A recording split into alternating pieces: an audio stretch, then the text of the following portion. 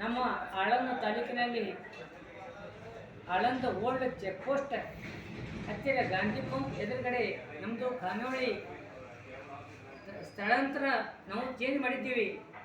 ಇದು ಮಗ್ಲಾಗೆ ಇದು 3ನೇ ಸೀಟ್ರ ಚಾಲೂ ಮಾಡಿದ್ದೀವಿ. ನಮ್ಮ ಹತ್ತಿರ ಗ್ಯಾಸ್ ಮೇಲೆ ಏನೂ ಮಾಡೋಂಗಿಲ್ಲ. ನಾವು ಎಲ್ಲ ಒಲೆ ಮೇಲೆ ಅಡುಗೆ, ರೊಟ್ಟಿ, ಚಪಾತಿ ಎಲ್ಲ ಈ ಥರ ಊಟ, ಮನೆ ಊಟ, ಶುದ್ಧ ಪರಿಶುದ್ಧ ಊಟ.